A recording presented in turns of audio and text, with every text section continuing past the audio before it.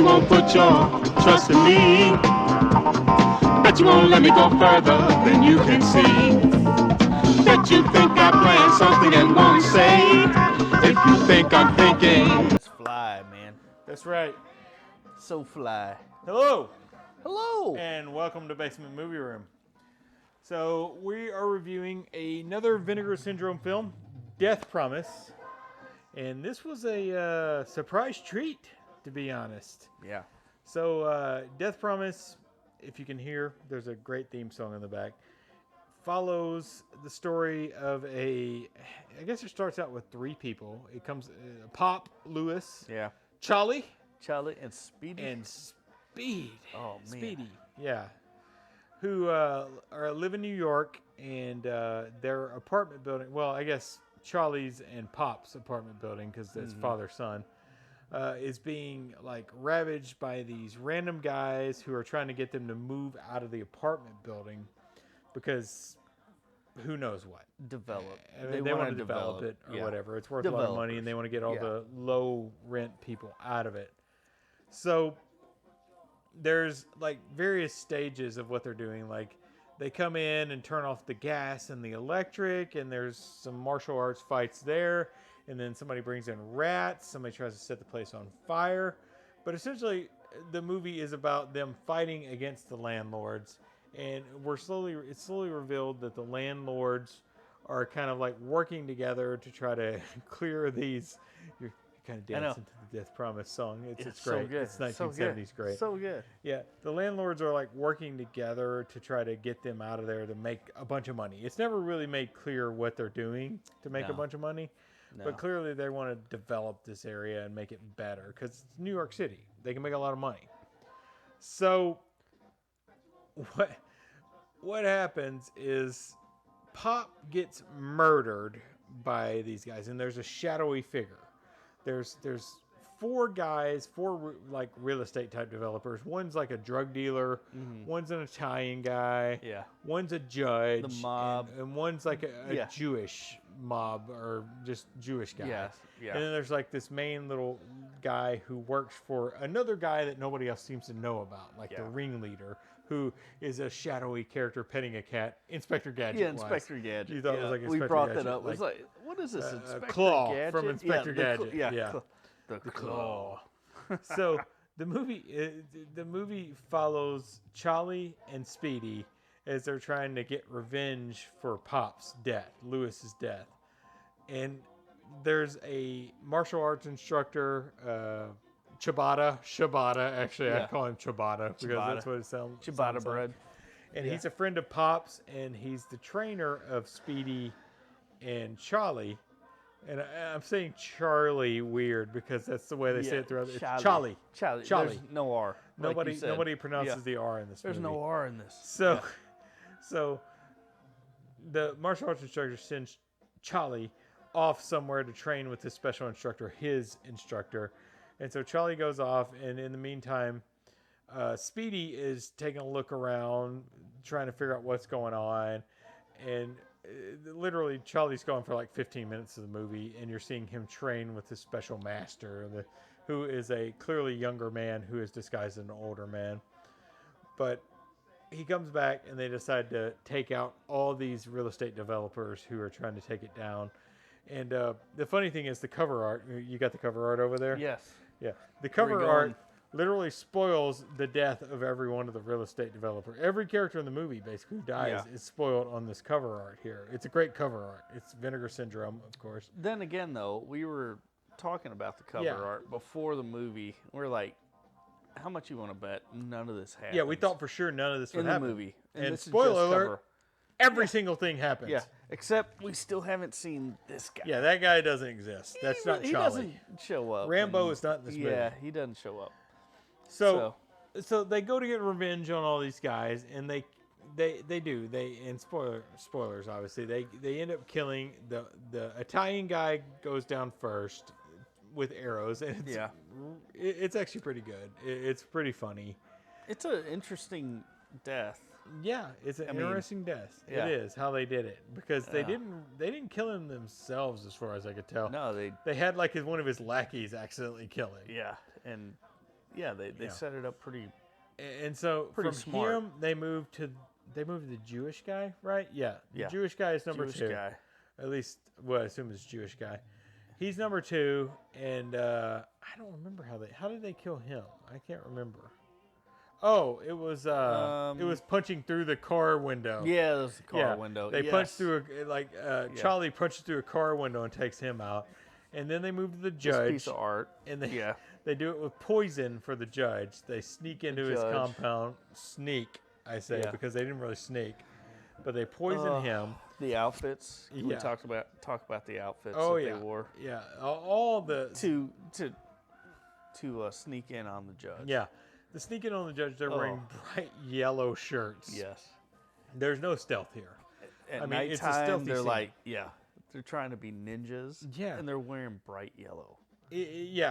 Bright yellow, insane. no hiding. There's 2 cops guarding the judge who, honestly, are the worst cops in the world. Yeah. They don't even hear when the judge is getting killed, and they're literally right beside him. He's getting poisoned, and I guess it's a cool little deal with how he's poisoned. It's like a little bamboo stick with a poison that drops into his mouth. Another cool thing about that. Yeah.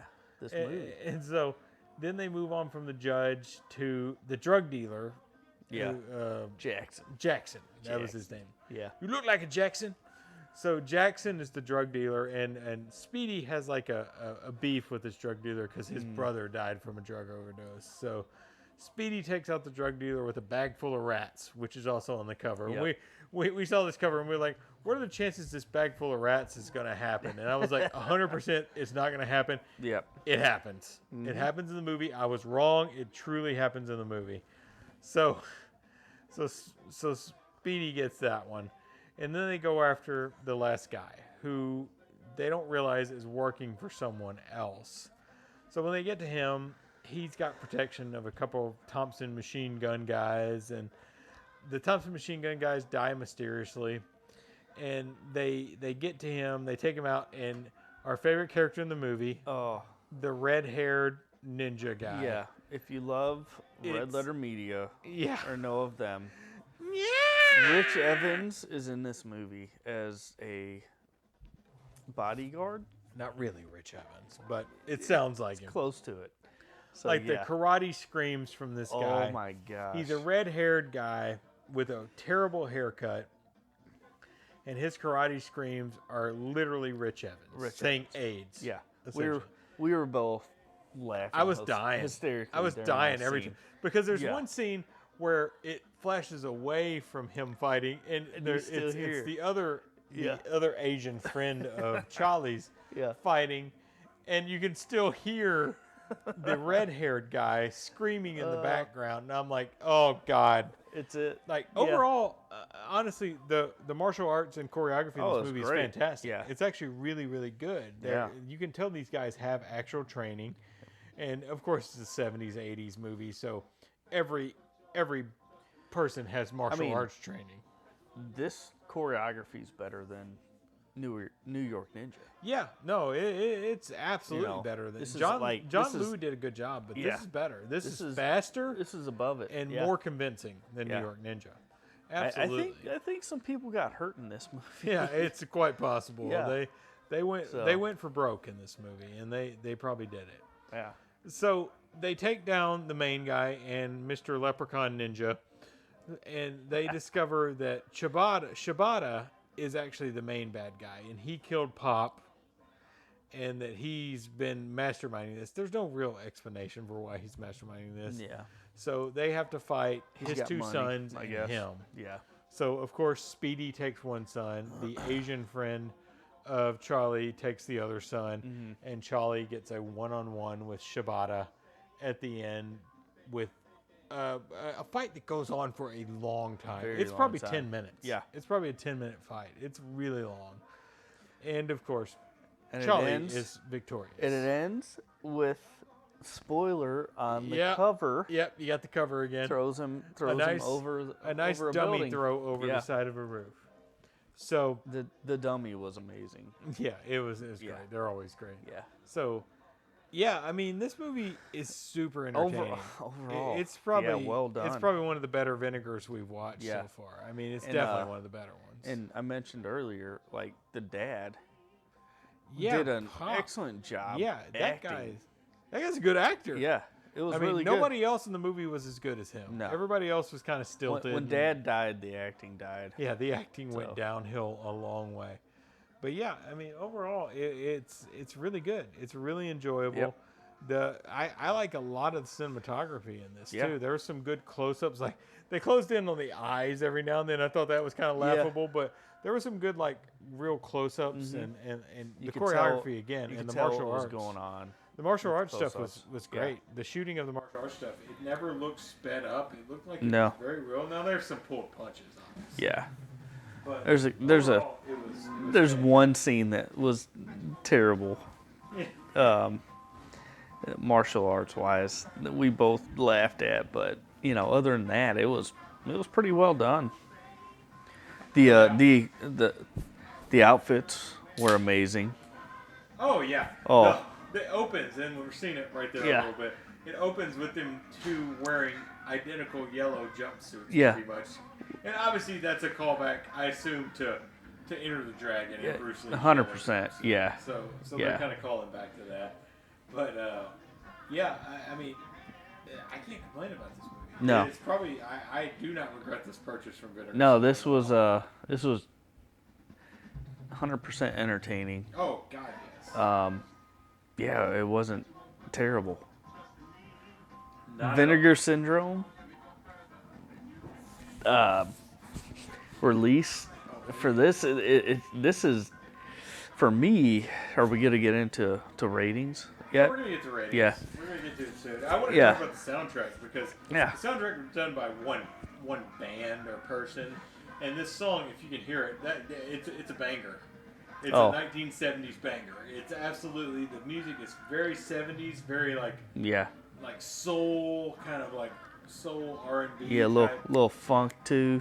Yeah. Funk. That's the good one. I was looking for that. Yeah, it gets you bobbing your head. Yeah.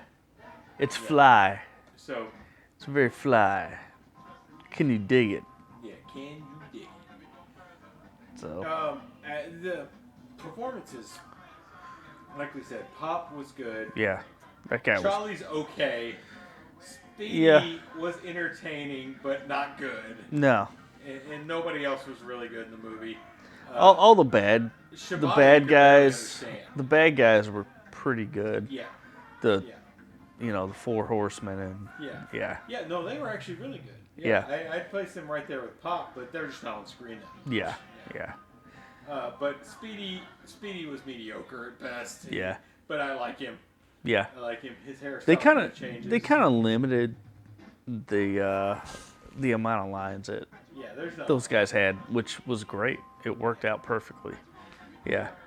But yeah, let's go ahead. Yeah, Pop was great. He was the best. Yeah, part. Pop was actually really good. Yeah. He was the most convincing.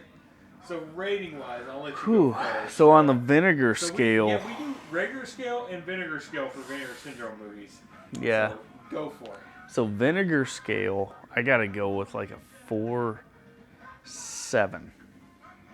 This is, I did not get bored with this movie at all. I was intrigued, and I mean, it was good. It was fun, a lot of fun. And 4.7, man. Regular standard scale, probably a 3. 3? Yeah. Yeah, I understand the 3. Yeah. So I'm close on that. I'm at a 4.5, but I don't do the 0.1 scales. I do the 0.5 Right. scale. Yeah. So 4.5 on the vinegar scale. This is a must-watch on the vinegar scale. Yeah. To be honest, this is right up there with New York Ninja, in my opinion. But for the standard scale, I'm a 3.5.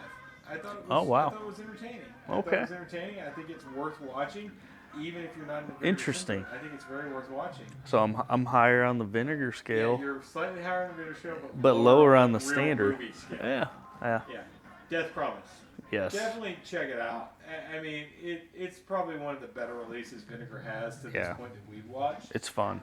Yeah, it's a lot of fun. So, anything else? No. All right. Just Thanks for watching Basement Movie Room. Cheers. We'll see you next time.